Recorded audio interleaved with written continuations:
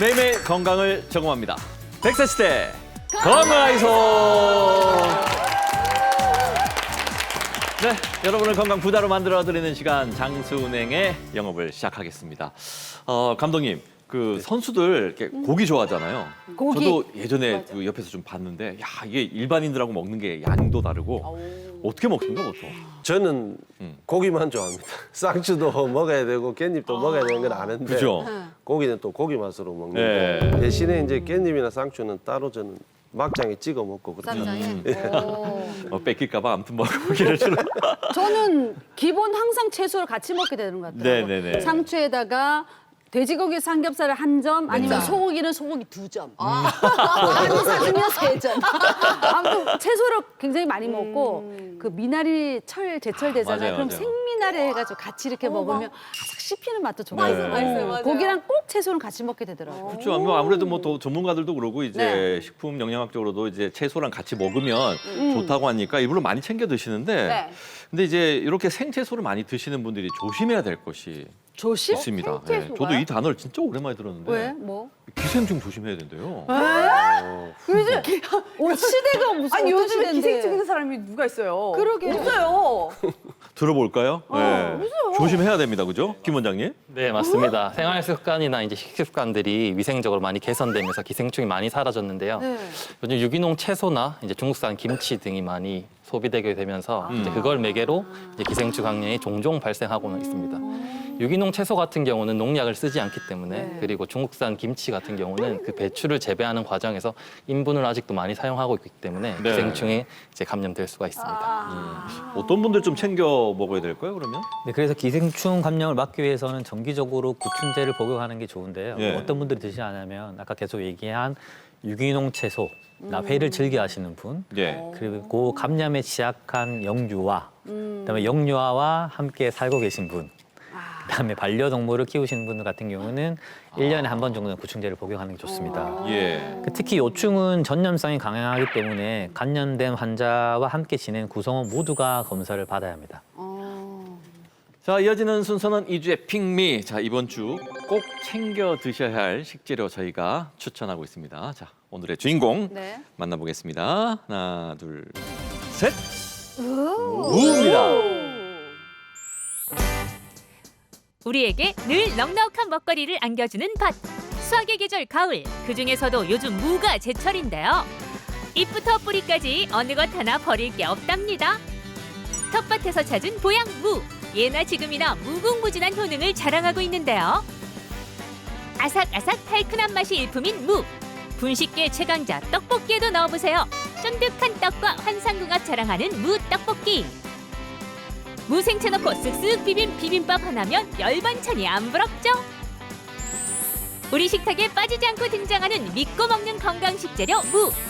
만연한 가을 맛과 영양으로 무장한 무를 이주의 핑미로 선정합니다. 자, 무가 주인공이네요. 뭐 무 하면은 뭐 마늘, 고추, 양파처럼 우리 한식에 절대 빠져서는 안 맞아요. 되는 식재료인데 이 가을에 무가 그렇게도 좋답니다. 네. 우리 어르신들뿐만 아니라 젊은 사람들도 인삼 좋아하잖아요. 네네. 근데 인삼 매일 먹을 수는 없잖아. 비싸니까. 음. 근데 가을무가 인삼만큼 좋다잖아요. 그러니까 무를 드세요. 무를 주세요. 가는 게 아니라 무를 먹어요. 부모님에게도 인삼 대신 무를. 그렇죠. 예. 불효 아닌가? 물을 예. 드려요. 어릴 때 그 무 무슨 맛으로 먹노? 생긴 것도 좀 무는 그렇고. 아무도 맛있고. 하여튼 어릴 땐 그랬어요. 진짜 저 맛없고 먹기 싫었는데 요즘은 국에도 저게 들어가야 시원하고. 조림에도. 예, 우리가 무 생초도 되게 맛있고. 맞아요. 특히 뭐 치킨 먹거나 뭐 할 때 맞네, 맞네. 무를 꼭 먹어야 이게 소화가 되는 느낌이 들어서 맞아. 요즘 무를 좀 좋아합니다. 맞아요. 아니 이 무가 진짜 천연 소화제라고 하더라고요. 맞아. 뭔가 좀 체했거나 아니면 과식하거나 속이 안 좋을 때 무를 먹으면 도움이 많이 된다고 하니까 여러분들 혹시 이렇게 만약에 배가 좀 안 좋다, 뭔가 속이 좀 더부룩하다 하시는 분들은 무를 추천해드리도록 하겠습니다. 네. 근데 유나 씨도 그렇고 뭐 저도 그렇고 이게 다 이제 목을 많이 쓰시는 분들은 지난번에 도라지도 추천해드렸지만 네. 이 가을 이 무 기관지에 좋다 그러니까 맞아. 많이 챙겨 드시면 목 건강에도 좋다고 하니까 이것도 한번 추가로 알려드립니다. 자, 이제 장수코의 주제 장수극장으로 만나보겠습니다. 장수극장 막을 이거 뭐지? 뾰루지. 벼룩이라는 거 일하고 무슨 상관이야? 아 그 저기 고사리라 좀 다듬던지 나무를 묻히게. 고사리요? 어. 형님, 저 태어나서 이거 고사리 한 번도 만져본 적이 없어요. 웬일이에요, 진짜. 저 그리고 회사에서 좀 바쁠 예정이라 가지고요. 좀 전화하고 좀 바빠가지고 일해야 될 것 같아요. 아니 뭐 돈 좀 번다 그래 유세 떠는 거야 뭐야? 형님은 일을 안 해서 제가 얼마나 바쁘고 힘든지 몰라요. 돈 버는 니나 그냥 쉬어라 그래. 일 많이 했다 쉬어라. 푹 쉬어. 어깨 아파. 아이고 우리 며느리들 음식 준비는 잘 돼 가나? 커피. 둘째 며느리 커피가? 일을 얼마나 많이 했으면 이 커피가 다 터지고 아이고 가엾어라 어떡하지? 아니요, 아버님. 저 괜찮아요.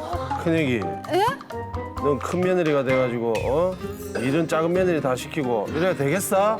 아버님 그게 아니라 이거 제가 다 준비하고요. 얘는 5분 전에 와가지고 컵하다가 커피가 나가지고 그런 거지. 일한 게 하나도 없어요. 무슨 커피를 냈다고 컵하다 그렇게 된 거예요. 그만해! 뭐 갖고 싶은 거 없어? 아버지가 해달라는 거 다 해줄게. 진짜요? 진짜. 해달라는 거요? 해달라는 거 전부 다. 진짜요? 우리 아버님 최고! 아버지 너무 일 하나도 안 하고 나 일 내가 다 했는데 나는 그걸 봐도 커피 안 나고 일을 하자고 커피 안 나고 커피가 왜 안 나는가? 자, 오늘은 이 코피 얘기를 해보겠습니다. 이게 평소에 아무리 뭐 피곤하고 뭐 그래도 코피가 잘 안 나다가 네. 가을만 되면 코피가 나는 사람이 있대요. 네. 그래요? 계절하고 무슨 연관이 있는 것 같은데 이게 왜 그런 겁니까? 뭐 가을은 남자의 계절이라고도 하고 사실 응급실을 보시는 의사 선생님들 입장에서는 코피의 계절이라고도 하는데요. 아, 많구나. 그렇게 말을 하는 이유는 예.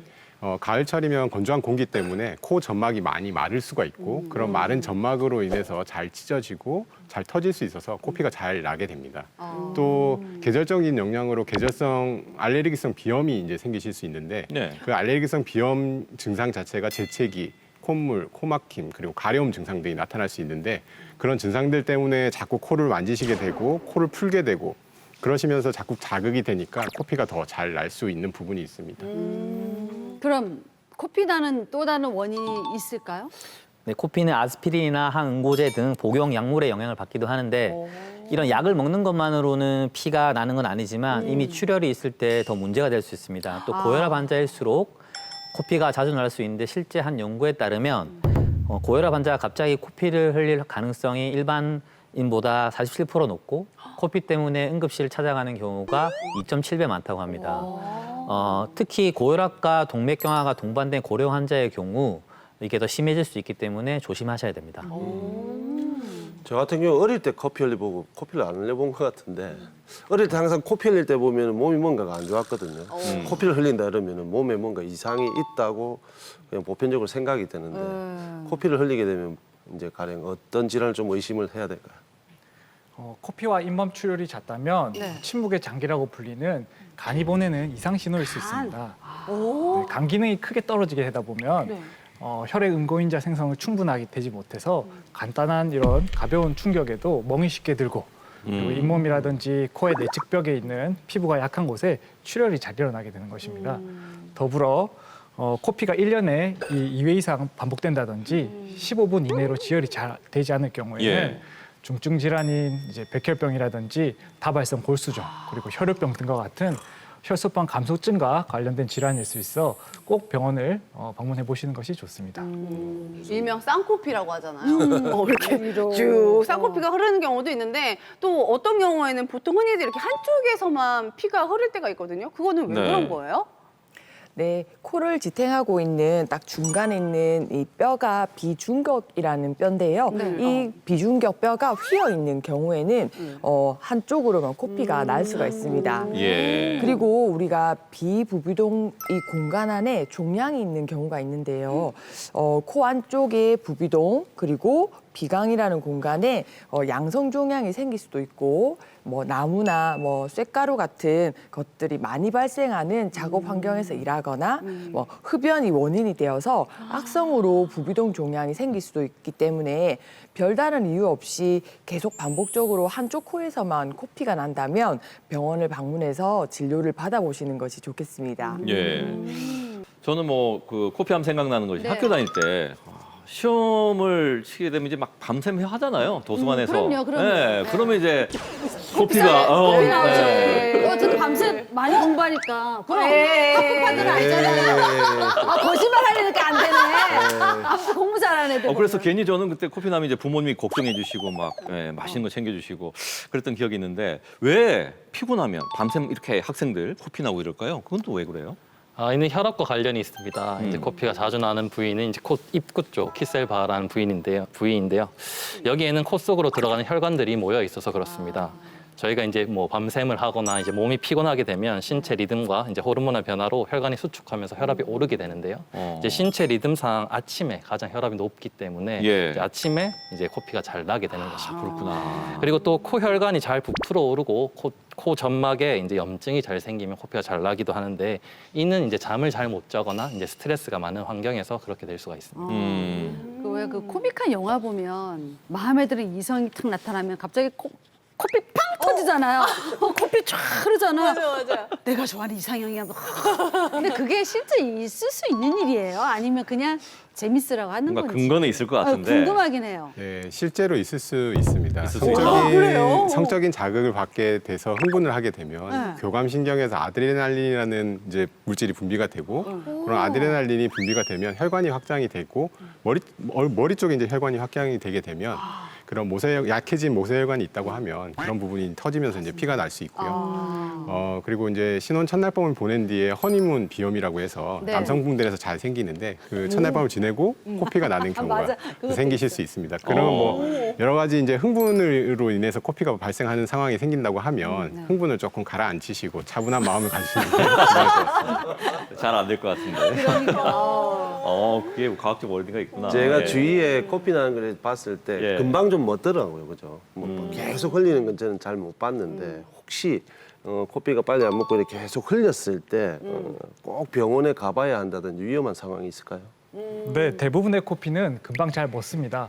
하지만 15분에서 한 20분 정도 지혈을 하는데도 불구하고 코피가 계속 잘 나는 이제 대량 출혈이라든지 그리고 이제 코피가 난 이후에 어지럼증 그리고 얼굴이 창백해진다거나 이제 가슴 통증, 호흡 곤란이 있을 경우에는 주의 있게 잘 살펴야 되고 또한 이제 코 수술을 한 뒤라든지 그리고 머리에 큰 충격을 받은 뒤 맞아요. 네, 그런 이후에 나는 코피는 당시의 증상은 경미하더라도 이는 꼭 병원에 방문해서 맞아요. 진료를 볼 필요가 있습니다. 그러면 코피가 안 나게 이 코 점막을 좀 튼튼하게 해서 또 도움이 될 수 있는 그런 음식이 있을까요? 네, 먼저 연근이 있습니다.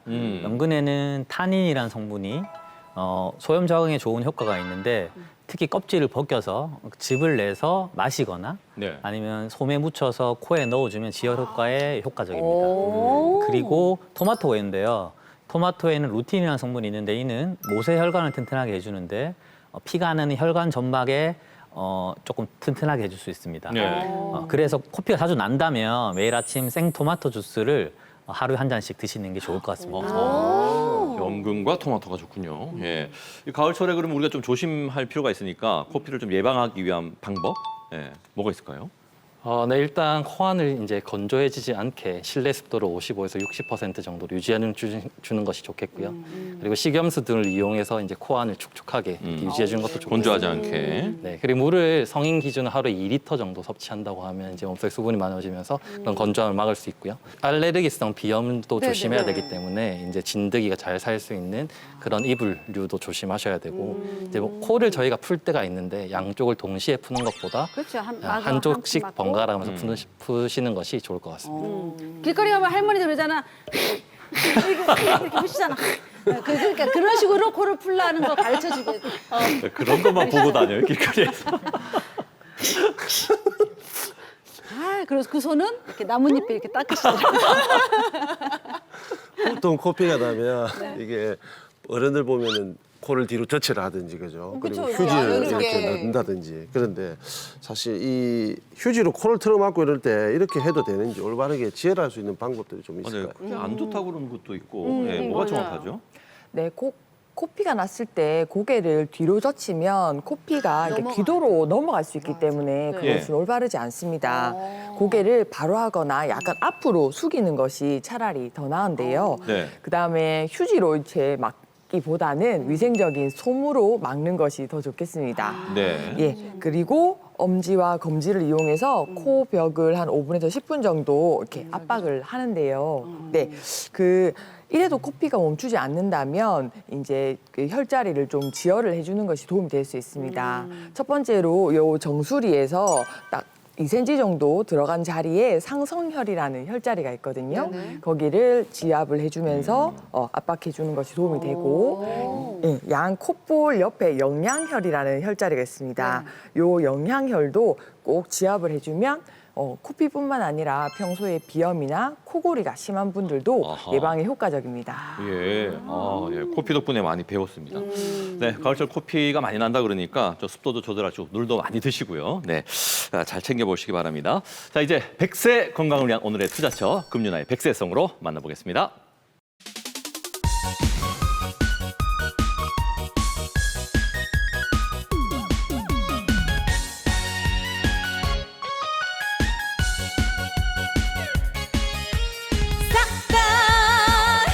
임플란트 해주세요. 앞니부터 뒷니까지 모조리 싹 다 임플란트 해주세요. 중치뽕 칠어버린 나의 치아를 임플란트 해주세요. 내 치아 그냥 두지 말아줘요. 흔들리고 아픈 내 치아, 치아에 종착역을 내어줘요.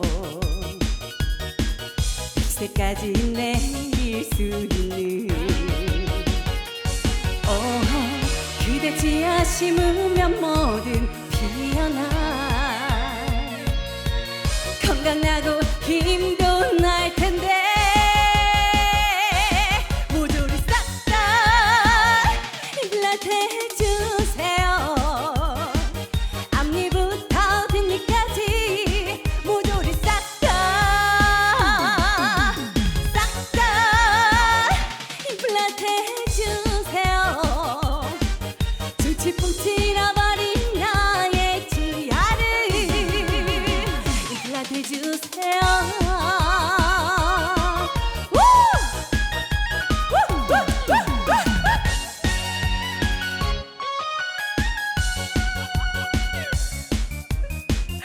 내 치아 그냥 두지 말아줘요. 흔들리고 아픈 내 치아, 치아에 종착역을 내어줘요. 100세까지 내릴 수 있는 그대 치아 씹으면 뭐든 피어나. 건강나고 힘도 날 텐데 모조리 싹 다 임플란트 해주세요. 앞니부터 뒷니까지 모조리 싹 다 임플란트 해주세요. 중치뽕 칠어버린 나의 치아를 임플란트 해주세요.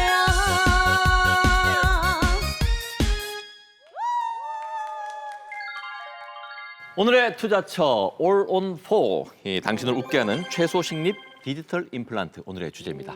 먼저 오늘의 주치의와 함께하는 닥터뷰 함께하시죠.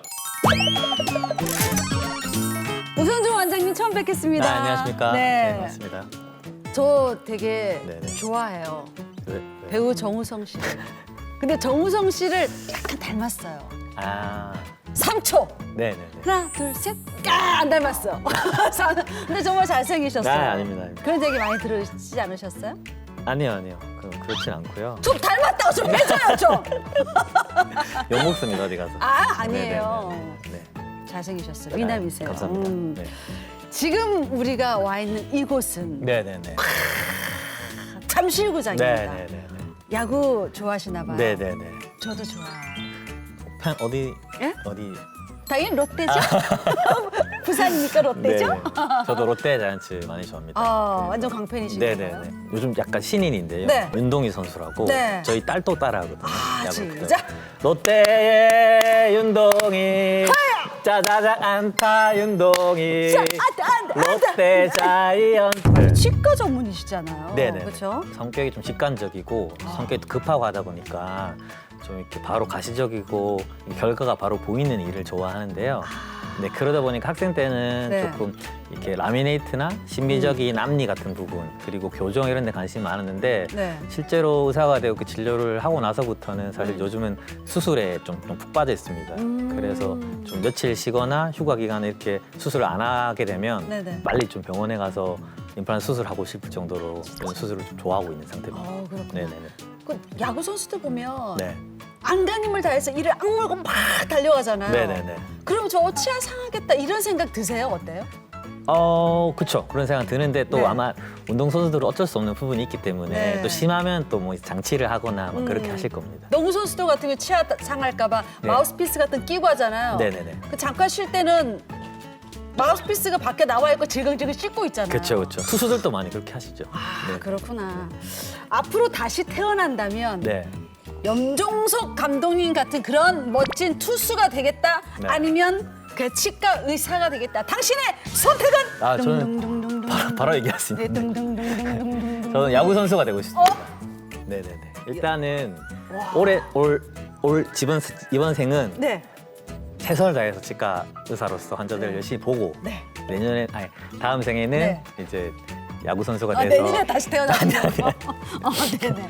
다시 태어난다면? 네, 야구 선수가 돼서 메이저리그를 완전히 뭐 오타니처럼 휘어잡고 싶습니다. 그래요. 네. 염종석 감독님은 언급을 안 하시네요? 아니, 알겠습니다. 자, 정말 야구를 좋아하시는 우성춘 우리 원장님 많은 분들에게 건강한 치아를 주기 위해서 노력해 주시기 바랍니다. 고맙습니다. 고맙습니다. 자, 그럼 오늘의 주치 우성준 원장님을 모십니다. 어서 나오십시오.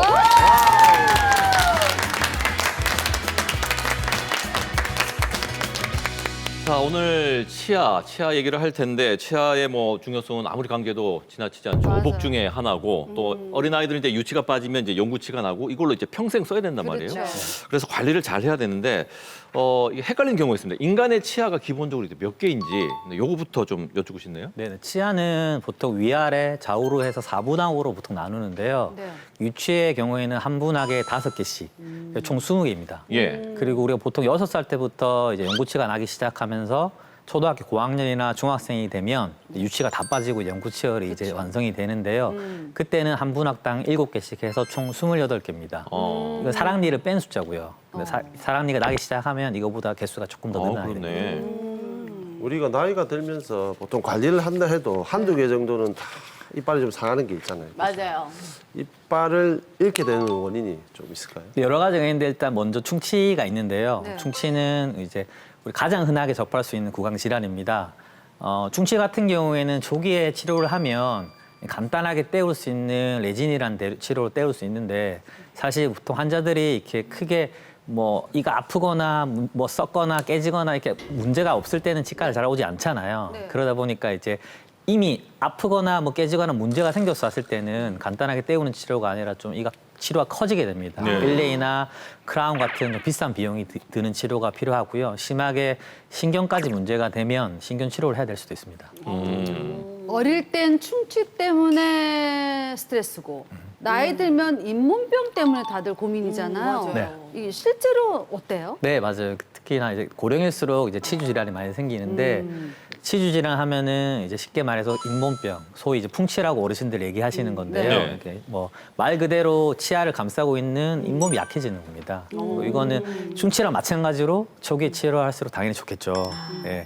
근데 치료 이렇게 단계별로마다 치료하는 방법이 조금씩 다른데요. 네. 우리가 스케일링을 맨날 주기적으로 열심히 하라고 하는 것도 치아 표면이나 잇몸 얕은 곳에 있는 치석을 잘 제거해서 이런 잇몸병을 예방하고 아니면 초기 치주염을 치료하는 개념입니다.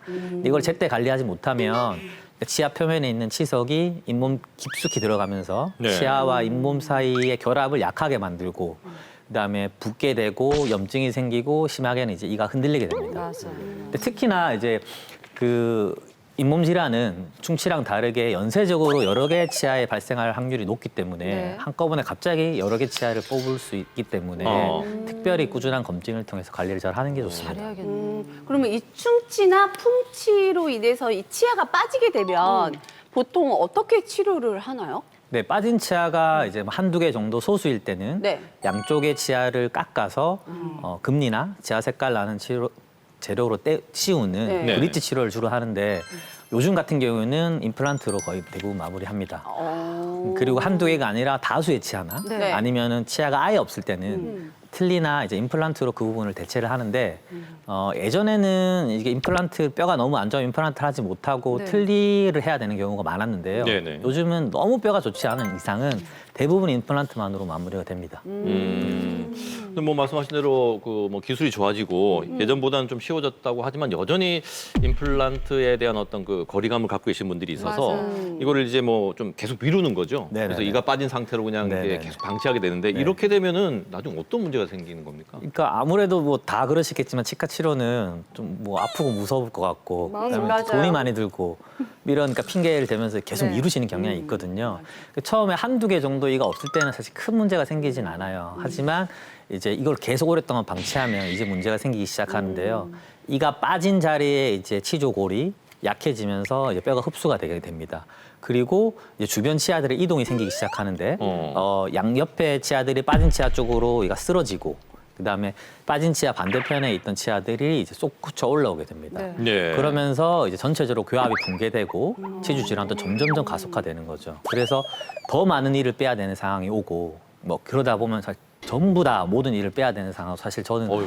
거의 일주일에 거의 매일 보고 있습니다. 우리가 인생은 타이밍 이런 말이 있지 않습니까? 네네. 그죠?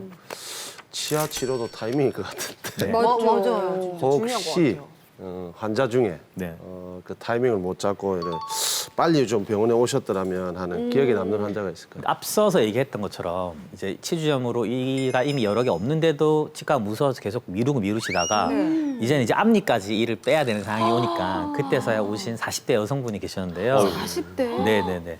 그래서 40대 여성분인데 이를 다 빼야 되는 상황 자체도 굉장히 충격이실 텐데 예. 뼈가 좀 좋지 않아서 다른 병원에 가셨더니 임플란트만으로는 안 되고 꼈다 뺐다 하는 틀니로 치료를 해야 한다고 해서 좀 굉장히 우울하신 상태로 병원에 오셨습니다. 예. 그러니까 제가 봤을 때도 어금니 쪽에 뼈가 많이 좋지 않아서 뼈 이식을 한다고 하더라도 어금니 쪽에서는 임플란트를 식립할 수 없는 상태였습니다. 40대 여성이면 한창인 그러니까. 나이잖아요. 예. 근데 틀니를 한다는 게 얼마나 스트레스 받고 또 힘들까요, 그렇죠? 네네. 어떻게 됐어요?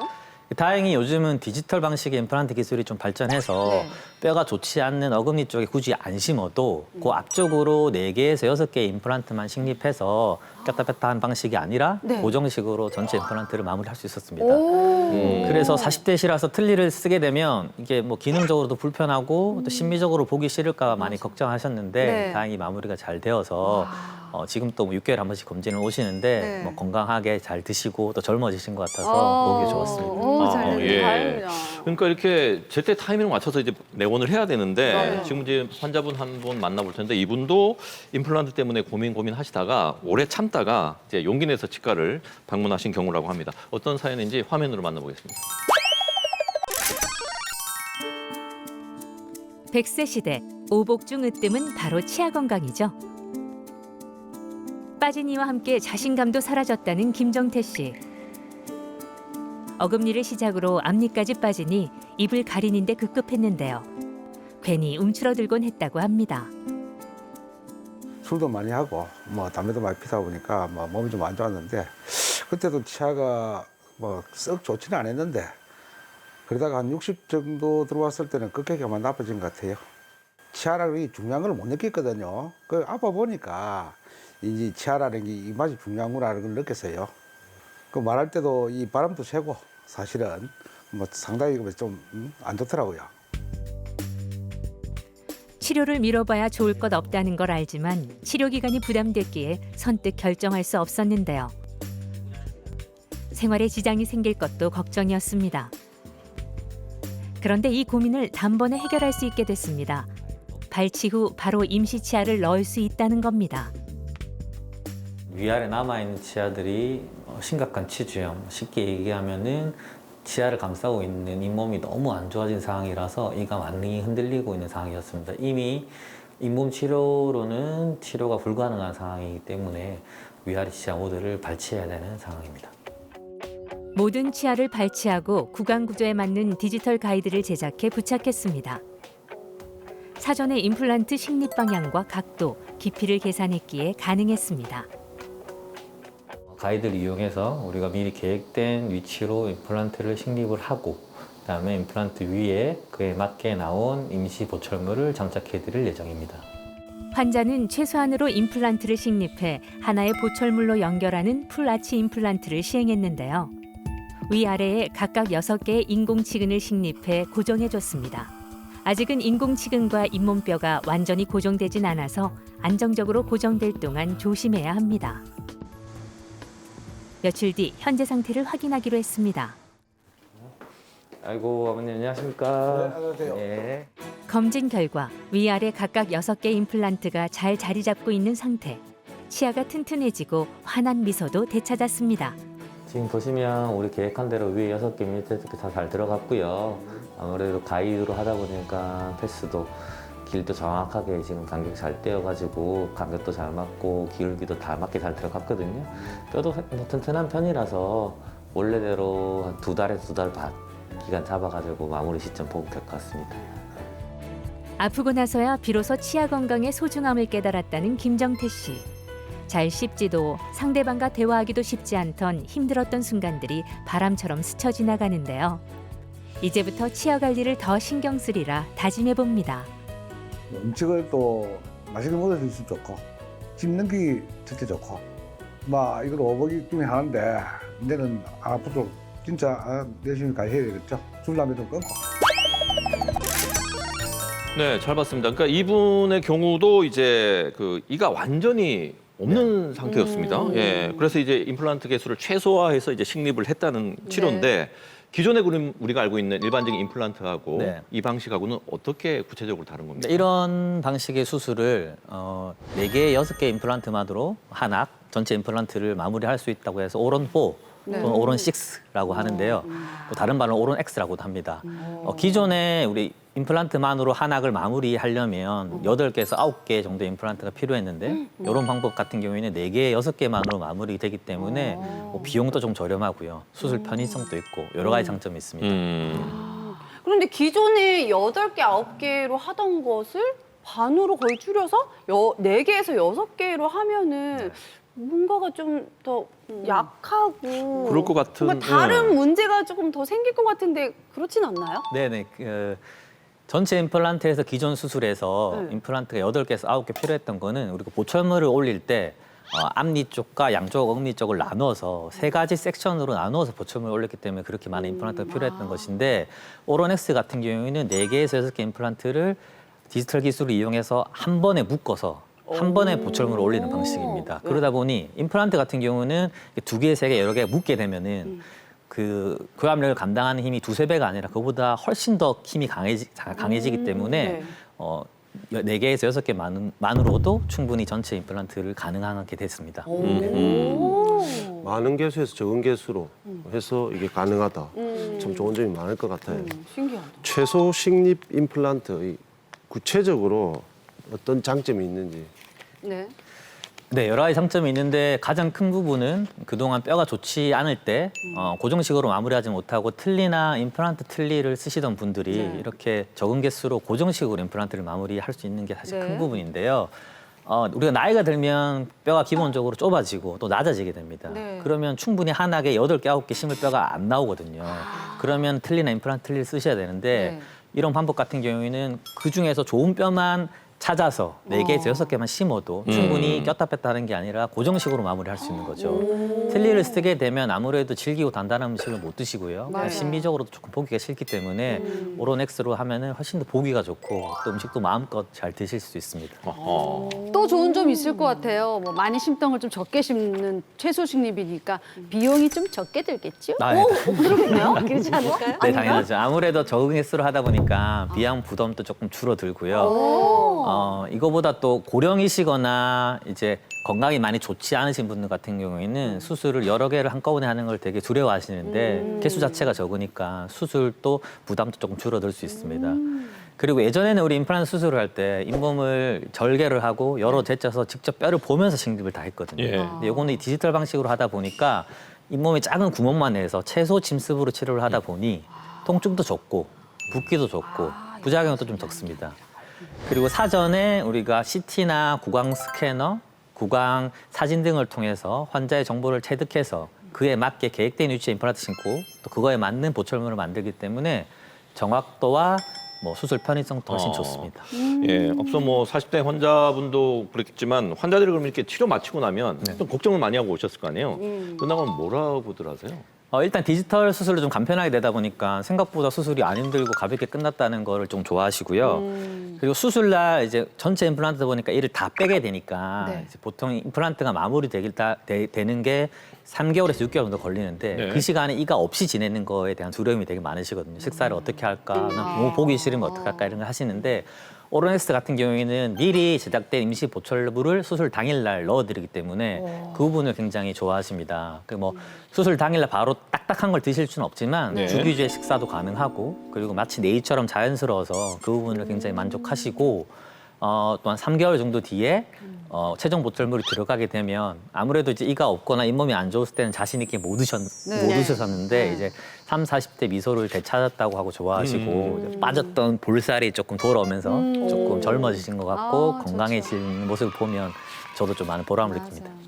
근데 그럼에도 불구하고요. 사실 치과 치료, 또 특히 임플란트 치료를 여러 개를 해야 된다고 하면 조금 큰 결심을 하게 되거든요. 사실 저는 치과 병원 냄새만 맡아도 가슴이 막 심장이 막 뛰고 좀 무서워하는 사람이거든요. 네네. 그런데 임플란트까지? 그러면 진짜 좀 마음 먹기도 힘들 것 같고 그런데 저 같은 이런 사람들에게 좀 안심시켜 주실 만한 그런 말씀 한마디 좀 해주세요. 네, 그러니까 아무리 임플란트 수술이 간단해지고 간편해졌다 하더라도 우리 치과 하면은 또 임플란트 수술, 그다음에 드릴링 윙 하는 소리 뭐 마취 생각만 해도 사실 치과 자체를 오고 싶지 않아 하시는 분들이 많거든요. 맞아요. 그런 분들에게는 수면 마취를 좀 추천드리고 싶습니다. 수면 마취로 임플란트를 하시게 되면 입은 가수면 벌리고 상태에서 예? 입은 벌리고 네, 있어요. 벌려 계시고 약간 가수면 상태에서 치료가 진행되고 임플란트를 다 신고 나면은 치료를 기억하지 못할 정도로 편하게 진료를 잘 받을 수 있습니다. 그리고 뭐 수면 치료가 아니더라도 요즘은 무통 마취 등으로 치과에서 통증을 어떻게 하면 최소화할까를 많이 고민을 하고 있기 때문에 너무 많은 고민하지 마시고 빨리 와서 상담 받으시기 바랍니다. 저도 치과 치료 정말 싫어하거든요. 진짜 싫어. 표정에서 나오고 있어요. 소리 나고 이런 거 정말 싫은데. 임플란트 이 지금 치료 이게 뭐 하는 것도 중요하지만 정말 잇몸이 좀 큰 수술이라고 볼 수 있는데 이 관리를 정말 잘해야 될 것 같아요. 잘해야죠. 어떤 관리를 해야 될까요?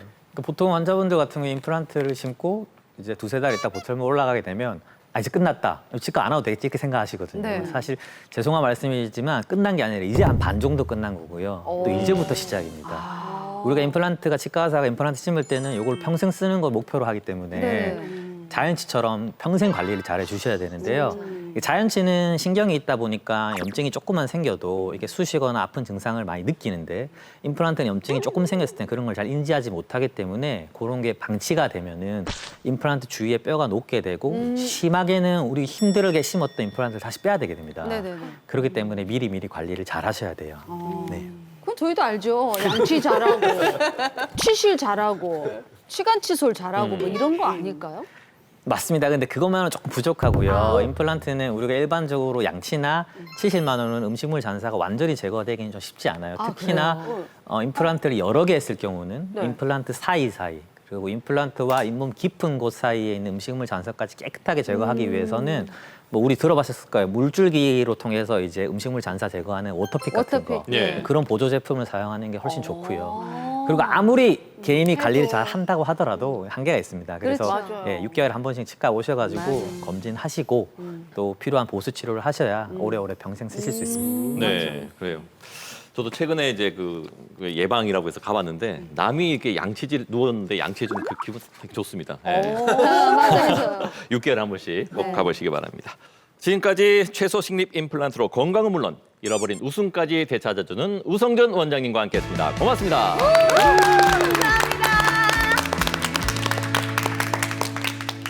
자, 계속해서 알아두면 좋은 건강 정보 백장수와 함께하는 거북한 수다 시간 이어지겠습니다. 오늘도 시청자 사연으로 시작합니다.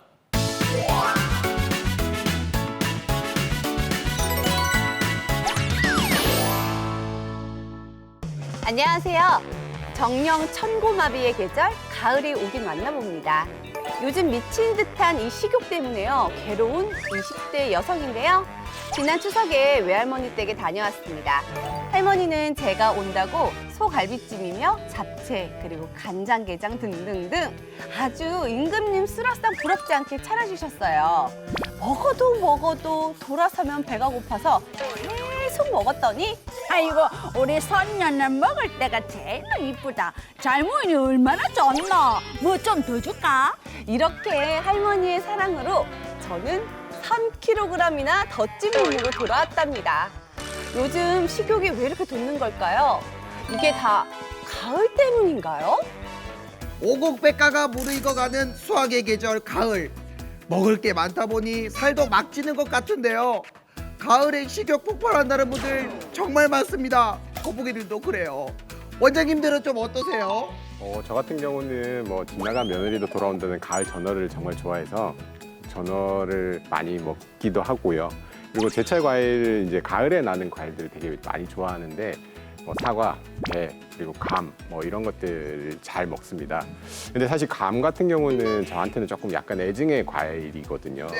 네. 감을 드시면 이제 그 안에 있는 성분들 때문에 대변이 잘 뭉쳐져서 변비를 잘 일으키거든요. 맞아, 그래서 들어본 적 있는 것 같아요. 네, 그래서 감 같은 경우는 수술하신 분이라면 조금 주의해서 드시는 게 좋을 것 같습니다. 그 까르보 불닭에 꽂혀서 양파랑 베이컨 듬뿍 넣고 끓여 먹는 게 너무 맛있더라고요. 맛있겠다. 네, 제가 원래 매운 걸 못 먹어서 요새 맵찔이라 하잖아요. 네. 맵찔인데 수위가 낮은 까르보 불닭을 먹었는데 이건 먹을만하다 싶어가지고 여러 가지 야채랑 베이컨이랑 먹으니까 약간 파스타 먹는 느낌도 나고 맛있어가지고 먹기 시작한 게 한 며칠에 한 번은 꼭 먹는 것 같아요 요새.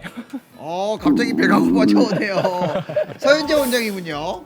저는 식욕이 사실 별로 없는 편이라 뭐라고요? 네. 식욕이 없다고요? 네. 식욕이나 식탐이 사실 별로 없어서 특별한 막 음식이 먹고 싶다 약간 이런 것보다는 이제 가을이 주는 이제 선선한 그런 날씨와 분위기가 좋아서 야외에서 좋아하는 사람들하고 이제 맥주나 와인 이런 와인이나 맥주 먹어도 안주는 드실 거 아닙니까? 안주 그 분위기가 안주겠죠. 가을하면 꼭 등장하는 단어가 천고마비입니다. 진짜 말도 가을엔 살이 찌나요? 실은 거북이도 좀 찌거든요. 어떻습니까? 네, 결론부터 말씀드리면 말도 살이 찌게 됩니다. 봄하고 이제 가을하고 체중 차이가 한 10kg 정도 난다고 그러는데요. 사람 같은 경우도 마찬가지입니다. 가을이 되면 이제 체지방을 축적을 해서 겨울을 나기 위해서 이제 체지방을 축적을 하게 되기 때문에 식욕이나 식탐이 이제 좀 많이 늘어나게 되는데요. 그리고 또 이제 가을 겨울로 넘어가면서 일조량, 해가 이제 좀 짧아지게 되면서 배고픔을 느끼게 해주는 멜라토닌이 분비가 조금 많아지게 되는데요. 그런 것들 때문에 조금 식욕이 더 높아지는 경향이 있습니다. 이거 방금 제 얘기인 줄 알았잖아요. 제가 어제 진짜 출출함을 이기지 못하고 닭똥집을 시켜 먹었습니다. 네, 늦은 시간에 이제 야식을 자꾸 먹으면 위산이 과다하게 분비를 하게 되고 또 이제 음식물들이 위에 압력을 높여서 위산을 역류하게 되는 역류성 식도염이 좀 생길 수가 있습니다. 특히 치킨이나 피자 같은 이제 기름진 음식들은 이 소화가 이제 천천히 되기 때문에요. 음식물이 소화되기 전에 이제 잠자리에 들게 되면 위에 부담이 더 이제 커지게 됩니다.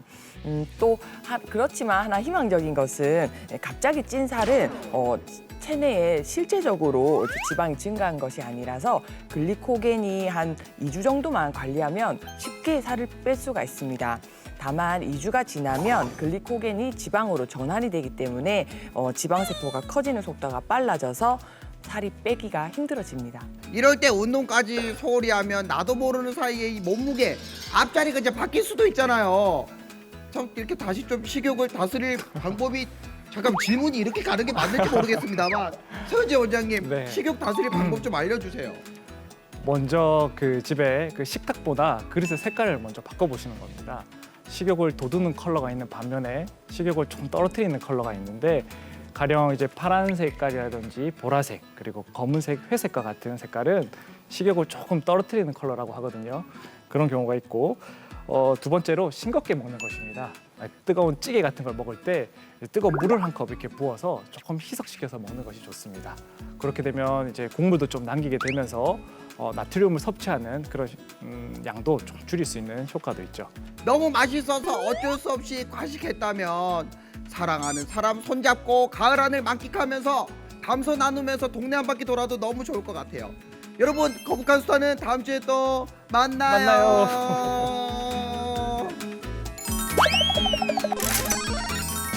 자, 이제 갈수록 좀 가을이 무르익어가는 그런 느낌입니다. 오늘 하루도 멋진 추억 만드시고요. 또 건강한 음식 많이 챙겨 드시고요. 저희는 또 다음 시간에 또 건강한 모습으로, 활기찬 모습으로 다시 인사드리겠습니다. 그때까지 100세 시대 건강하이소!